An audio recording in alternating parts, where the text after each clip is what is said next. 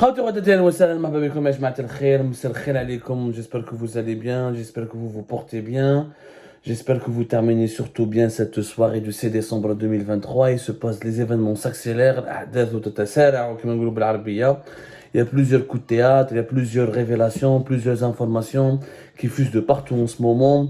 L'Algérie vit une période très particulière, il y a beaucoup de changements, des soubresauts, il y a une certaine instabilité dans la conduite des affaires publiques en Algérie et c'est vraiment étonnant en ce moment. Alors, qu'est-ce qui s'est passé? Depuis le début de la crise palestinienne, la tragédie de Gaza, j'ai été pratiquement, Hanafi Algérie Part, nous avons été les seuls à avoir souligné un changement brutal, étonnant, brusque de l'attitude de l'Algérie vis-à-vis de la question palestinienne. Rappelez-vous, 2021-2022, la Palestine était le pilier de la politique internationale du régime algérien et de l'Algérie tout court. C'est une tradition historique. C'est vrai que l'Algérie, et c'est vrai. Sauf que, en 2021-2022, la Palestine était le pilier de la politique internationale du régime algérien parce que à l'époque 2020, 2021, 2022, tous les pays arabes les plus importants ont pratiquement normalisé leurs relations avec Israël. L'Arabie Saoudite était en train de négocier en douce, et elle avait des échanges indirects, quasiment officieux, et elle attendait, elle était en train d'achever le processus de normalisation de ses relations avec Israël. Et l'Algérie était le seul pays qui a dit non, pas de normalisation avec les Israéliens, puisque les Marocains ont normalisé, moi je dis non. Je suis le dernier pays bastion de l'antisionisme, je suis le dernier pays où la cause palestinienne est une cause sacrée. Alors l'Algérie a donné de l'argent à l'autorité palestinienne, elle a invité le Hamas à 2 reprises, les dirigeants du Hamas à 2 reprises en Algérie, il y a eu Ismaël Haniyeh a assisté, le dirigeant politique du Hamas, le premier numéro 1 du bureau politique du Hamas a été à Alger. Il a participé aux festivités du soixantenaire de l'indépendance de l'Algérie en juillet 2022. Il y a eu l'accord, l'initiative d'Alger, en octobre 2022, où une dizaine de factions palestiniennes sont en train ont décidé de unir, de dialoguer enfin. Et l'Algérie leur a proposé de fonder une nouvelle autorité, une sorte d'un nouveau gouvernement palestinien pour d'améliorer et d'unifier leur action pour lutter plus efficacement contre l'occupation palestinienne, l'occupation israélienne de la Palestine, pardonnez-moi. Donc l'Algérie était réellement un bastion, le dernier bastion pour le monde arabe pour la résistance palestinienne. Mais depuis octobre 2023, changement total. Changement total. Et ça, moi, je le disais.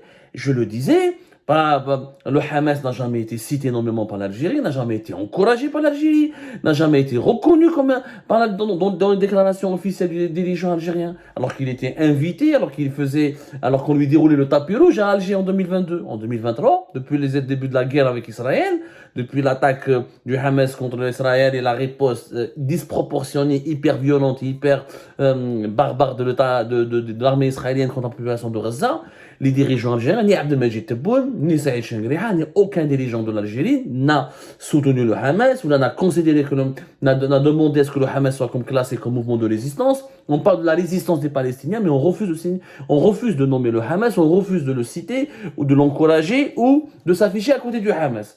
Il y a un virage occidental à 100%. Il n'y a pas moi qui le dit. Maintenant, moi je peux le dire à l'extérieur, parce que je suis réfugié politique en France, donc à l'extérieur, j'ai une certaine liberté de temps, cet exil forcé, malheureux et douloureux m'offre au moins le privilège, parmi un des rares bénéfices de cet exil forcé, c'est la liberté de temps. La liberté de temps qui me permet d'analyser, de révéler, de commenter l'actualité algérienne, et de révéler les dessous de l'actualité algérienne. Et ben il y a maintenant Abdelrazak Maqri. Abdelrazak Maqri, on lui a consacré plusieurs émissions.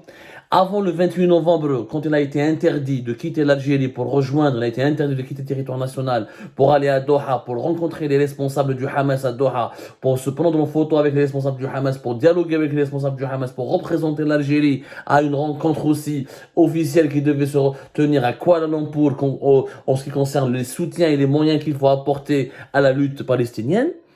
Depuis le 28 novembre, Abdelrazak Maqri est devenu le seul opposant en Algérie, alors qu'il ne l'était pas. Je rappelle que le MS, lui, il était président du MSP, anciennement le Hamas algérien de 2017 à 2023. Auparavant, pratiquement durant les premières années les 3 premiers mandats de 2002 à 2011, pratiquement jusqu'à 2011-2012, le MSP, anciennement le Hamas algérien, fait partie d'une alliance présidentielle en faveur du Abdelaziz Bouteflika. Le MSP a des députés au sein du Parlement algérien. Il a eu des ministres durant plusieurs années au sein des différents gouvernements du régime algérien. Donc ce n'est pas vraiment un parti d'opposition, le MSP en réalité. Mais Abdelrazak Maqri, avant même qu'il soit interdit de quitter le pays, il militait, il dénonçait l'attitude du régime algérien et ça, son changement totalement brusque. C'est vrai, c'est un changement totalement brusque. Et bien, le 5 décembre, ou le 7 décembre 2023, Abdelazak Maqri a publié 2 contributions sur sa page Facebook. Allez-y les lire, s'il vous plaît. C'est très important. Allez-y les lire. C'est vraiment très important ce qu'il a écrit. Parce que moi, je le disais, mais je le dis depuis l'étranger. Mais c'est le seul qui le dit depuis l'Algérie. لحد الان ما عنده قضيه في العداله ما جاو كونفوكاوه ils l'ont auditionné ما رفدوه ما والو وهو قلت لكم dans les dernières émissions que Abdelrazak Maqri est en train de déranger.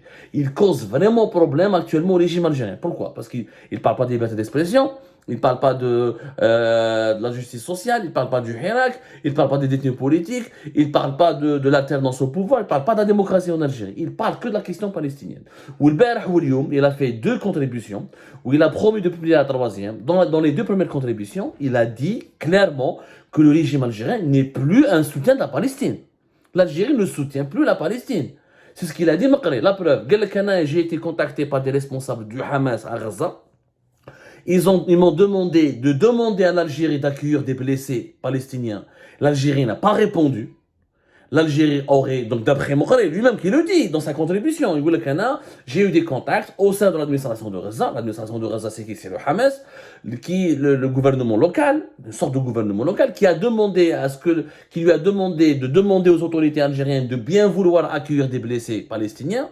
L'Algérie n'a pas répondu à la sollicitation du Hamas. Deuxièmement, Maqri a raison, il a souligné que les Algériens ont manifesté qu'une seule fois en faveur de Gaza. Il n'y a eu qu'une seule manifestation autorisée. Plus aucune autre manifestation ni démarche n'ont été autorisées. C'est le seul pays pratiquement arabe et même dans le monde, même dans les pays occidentaux qui sont alliés des Israéliens, qui soutiennent la politique israélienne, il y a eu des marches hebdomadaires en faveur de la Palestine et de la population de Gaza. Il y a eu des marches faites en Londres, il y a eu des marches faites à New York, il y a eu des marches à Paris, il y a eu des marches un peu partout à travers les pays occidentaux. Donc, je vois la Tunisie, au Maroc, le Maroc qui a normalisé ses relations avec Israël, il y a eu plus de marches et de rassemblements en faveur des Palestiniens qu'en Algérie qui prétendait être le dernier bastion de la lutte contre le sionisme. Et l'un des bastions, et la forteresse de l'antisionisme dans le monde arabe. Donc Maqri n'a pas tort de ce que je lui dis. Maqri le dit, il le dit de l'intérieur, mais il rapporte quand un politique algérien, ancien président du MSP, Hamas algérien, proche des frères musulmans et des islamistes dans le monde, de tous les partis et de l'international arabe islamiste, parce qu'il y a une internationale. Les frères musulmans, c'est une confrérie internationale, les frères musulmans. Il y a une branche en Égypte, la Maison Mère, une branche en Libye, une branche au Soudan, une branche dans les pays du Golfe, une branche même au Maroc. L'un des représentants, l'un des leaders de l'international des frères musulmans en Algérie, et son représentant en Algérie, Abdelazak Maqri, quand il dit que le Hamas, des dirigeants de l'administration de Gaza, m'ont demandé est-ce que l'Algérie puisse accueillir des blessés palestiniens et que l'Algérie refuse, ne répondent pas. L'absence d'une réponse, ça signifie un refus. Et je comprends pas. On accueille une équipe de football, mais on n'accueille pas des blessés palestiniens. C'est quoi le sens? Parce que l'équipe de football ne vient pas directement de Gaza. Elle n'implique pas le Hamas. Mais des blessés qui viennent de Gaza impliquent directement le Hamas. Donc l'Algérie, on a raison. Ce que moi je lui dis, ce que Maqri est en train de dire, c'est que l'Algérie ne veut prendre après ses distances avec la résistance palestinienne. Parce que celui qui incarne aujourd'hui la résistance palestinienne, c'est qui? C'est le Hamas. Les autres, Mahmoud Abbas, qui est venu à Alger, fin 2021, il a pris un chèque de 100 millions de dollars, ou en 2022, c'est quoi? Il ne résiste pas, lui. Lui, il a fait Ramallah, il a fait l'ham, il ne fait aucune résistance, Mahmoud Abbas. Il y a l'information révélée par Abdelazak Maqri est très inquiétante. Elle est même inquiétante pour celles et ceux qui sont attachés à la cause palestinienne, intrigante pour les observateurs de la géopolitique et de la diplomatie et de la ligne politique traditionnelle de l'Algérie. Pour les connaisseurs de l'Algérie, elle est intrigante. Comment l'Algérie ne répond pas ou ne veuille pas accueillir des blessés palestiniens, des blessés de la population de Gaza en plus? Abdelazak Maqri dit que c'est pas normal. L'Algérie se rapproche des pays occidentaux qui soutient Israël en pleine tragédie de Gaza. Il a raison. Dialogue militaire entre l'Algérie et les États-Unis depuis le 4 décembre jusqu'à aujourd'hui le 6 décembre. Négociation pour un accord militaire début 2024 avec les États-Unis d'Amérique, visite et contact permanent avec les hauts responsables américains. À aucun moment l'Algérie n'a fait pression sur les États-Unis d'Amérique pour qu'elle critique, pour qu'elle demande à l'armée israélienne de ne pas massacrer la population de Gaza. À aucun moment l'Algérie n'a menacé de boycotter les États-Unis ou de boycotter les représentants de l'administration Biden, qui apportent une caution morale, une caution militaire aux actions de l'armée palestinienne, de l'armée israélienne à Gaza, en Palestine. C'est le rapprochement avec la France. 5 novembre dernier, Chefna Darmanin il est venu à Alger en pleine crise, en pleine tragédie de Gaza, alors que Darmanin a été le ministre français qui a interdit le plus et qui a voulu interdire quasiment tous les rassemblements en faveur de la Palestine. Il n'y a pas eu d'action, l'Algérie n'a pas accueilli une conférence internationale en faveur de la Palestine. L'initiative d'Alger d'octobre 2021-2022, qu'elle est morte, elle a été enterrée. Tebboune lui-même l'a dit lors d'une visite à Djelfa en fin novembre, on nous a empêché de la concrétiser. Je connais qui nous a empêché, il ne l'a pas dit. Abdelazak Moukrey, il a promis de faire des révélations dans la troisième contribution, peut-être qu'il va paraître demain. Ça devient intriguant. Donc Moukrey, il y a deux hypothèses. Ou il est fou, c'est un courageux mec, il veut faire le héros, il sait qu'il risque d'aller en prison, mais je suis prêt à devenir martyr et je suis prêt à aller en prison pour mes convictions et pour mes idées. C'est la théorie. Ou moi, j'y crois pas beaucoup à la théorie de la folie, parce qu'Abdelaziz Al-Maghri, je l'ai connu, je l'ai fréquenté, je l'ai rencontré dans des plateaux de télévision, je connais quelques membres de son entourage. Il n'a pas fait le fou depuis 2019 jusqu'à aujourd'hui. Il n'a pas fait le fou à l'époque de Bouteflika, et maintenant il fait le fou. C'est quand même bizarre. Ou deuxième hypothèse, c'est que c'est des gens qui lui disent de parler, vas-y, il est actionné, il est soutenu par des relais au sein du régime, qui lui disent de parler, de s'exprimer, d'utiliser la question palestinienne pour titiller le régime Tebboune, pour déstabiliser le clan Tebboune, pour discréditer le clan Tebboune. Et j'ai l'impression que c'est l'hypothèse la plus plausible. Parce que dans toutes ses contributions, et dans ce qu'il publie, Abdelazak Moukrey, il le dit, j'ai des contacts avec le régime algérien, j'ai des contacts avec les hauts responsables, j'ai appelé les hauts responsables, je leur ai dit autoriser les marches, je leur ai dit accueillir les blessés de Gaza, je leur ai dit ne parlez pas avec les États-Unis d'Amérique, je leur ai dit de boycotter l'ambassade des États-Unis à Alger, je leur ai dit de relancer l'initiative d'Alger. D'ailleurs, il le dit même dans la deuxième partie de sa contribution. Il dit lui-même, Abdelazak Moukrey, il dit que à l'époque de Bouteflika, j'ai connu des hauts responsables qui voulaient normaliser leurs relations avec Israël, qui voulaient se rapprocher avec Israël et qui disaient pourquoi on n'est pas plus palestinien que les Palestiniens eux-mêmes. Donc il a des contacts au sein du régime. Il a toujours eu des contacts au sein du régime, il a toujours été très proche du système, il a toujours eu ses entrées au sein du système.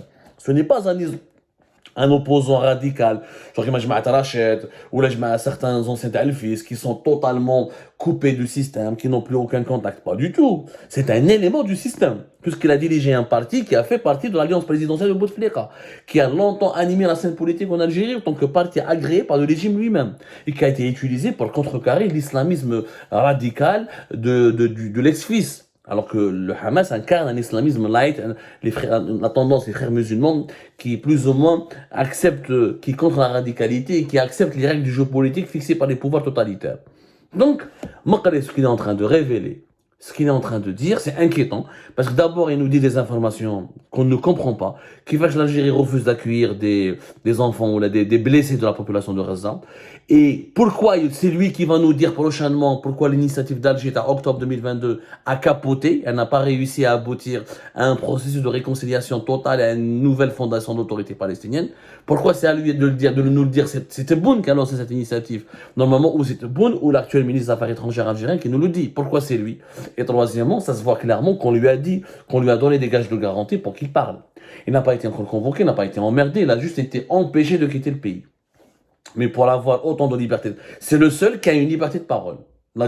C'est le seul, Abdelazak Moukrey, c'est le seul qui a une liberté de parole, qui parle, qui critique et qui touche des sujets très sensibles qui concernent quand même la doctrine des relations internationales de l'État algérien. Maintenant, est-ce que c'est un suicidaire, un fou, un courageux? Moi, je ne crois pas à cette hypothèse. Moi, je sens qu'il y a une dynamique au sein des rapports, il y a une tectonique, sur les séismes. Il y a des mouvements de plaques tectoniques au sein du régime algérien concernant à une année des élections présidentielles et que la Palestine n'est qu'un prétexte